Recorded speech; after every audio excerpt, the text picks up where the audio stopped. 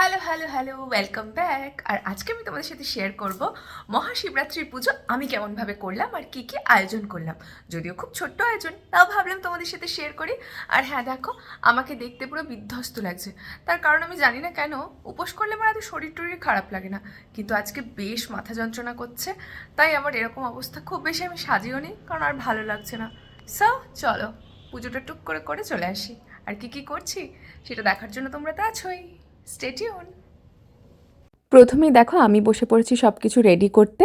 তার কারণ হচ্ছে আমি একসাথে বাজার করে নিয়ে এসেছিলাম বাড়ির পুজোর আর মন্দিরের পুজোর, তো সেইটাকে আমি চট করে আগে আলাদা করে ফেলছিলাম। আগে জানো তো ছোটোবেলায় ভাবতাম যে শুধু মনে হয় ভালো বর পাওয়ার জন্যই শিবরাত্রি করে সবাই, সেই জন্য আমি শিবরাত্রি করতাম না। কিন্তু তারপর যখন একটু বড় হলাম বুঝতে পারলাম যে শিবরাত্রি মানে শুধু বর পাওয়া নয়, বরং তার থেকে অনেক বেশি কিছু। তারপর থেকেই আমি নিজের জন্য পুজো করা শুরু করলাম, যাতে আমার মন ভালো হয়, আমি ঠাকুরকে নিজের মতন করে ডাকতে পারি। তো সেই থেকেই শুরু আমার শিবরাত্রি। আমি কিন্তু বর পাওয়ার জন্য শিবরাত্রি করি না।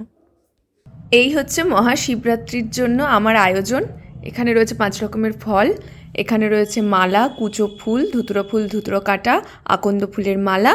আর এখানে রয়েছে, যেহেতু মন্দিরে গিয়ে পুজো করব, মন্দিরে তো আরও ভগবান আছেন, তাদের বিগ্রহ আছে, তাদের জন্য কয়েকটা মালা। আর এইখানে হচ্ছে দুধ, আর এখানে আমি 2টো ঘটি নিয়েছি। 2টো ঘটির কারণ হচ্ছে একটা গঙ্গা জলের জন্য আর একটা দুধের জন্য। অবশ্য ওর মধ্যে কিন্তু সিদ্ধিও আছে। তো এইটুকুই আয়োজন। তোমরা আমার সাথে শেয়ার করো যে তোমরা কি কি আয়োজন করলে। ওকে, চললাম আমি পুজো করতে। বাকিটা দেখে আমি জানি না ওখানে গিয়ে ভিডিও করতে পারবো কিনা। আগে পুজো করব, তারপর যদি সম্ভব হয় ভিডিও করবো, না হলে আর কিছু করার নেই। টাটা। আমি চলে এসেছি আমার বাড়ির কাছের মন্দিরে, তো সেখানেই আজকে পুজো করব। আর দেখো কি সুন্দর করে গেটটা সাজানো হয়েছে। অবশ্য প্রতি বছর আমি এই মন্দিরেই আসি, আর এরকম সুন্দর করেই কিন্তু মন্দিরটা সাজানো হয়, সেটা আমার ভীষণ ভালো লাগে।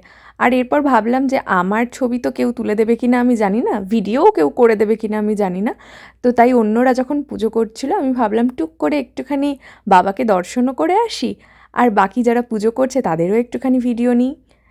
তো এবার আমি পুজো করতে বসে গেছি। আমার জানো তো একটা অভ্যেস আছে, মানে ভগবানকে যখন সবাই পরপর জিনিসপত্র দিয়ে যায়, ভীষণভাবে জায়গাটা মেসি হয়ে থাকে। তা আমি প্রথমে গিয়ে সমস্ত কিছু সরিয়ে আগে পরিষ্কার করে নিই।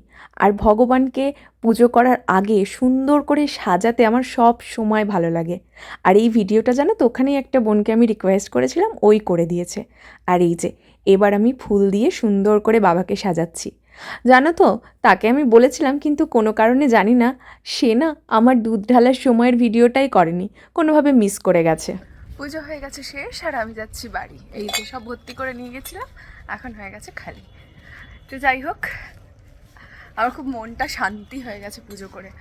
জানি না কেন আজকে শরীরটা খারাপ লাগছিল, বলছিলাম মাথা যন্ত্রণা করছিল, কিন্তু ঠিক ততটাই সুন্দর করে আমি পুজো দিয়েছি। আমার জাস্ট মনটা জাস্ট খুশি হয়ে গেছে। কি মজা লাগছে বলতে পারবো না, মানে বোঝাতে পারবো না, এত ভালো লাগছে। Okay, thank you for watching, love you all, by.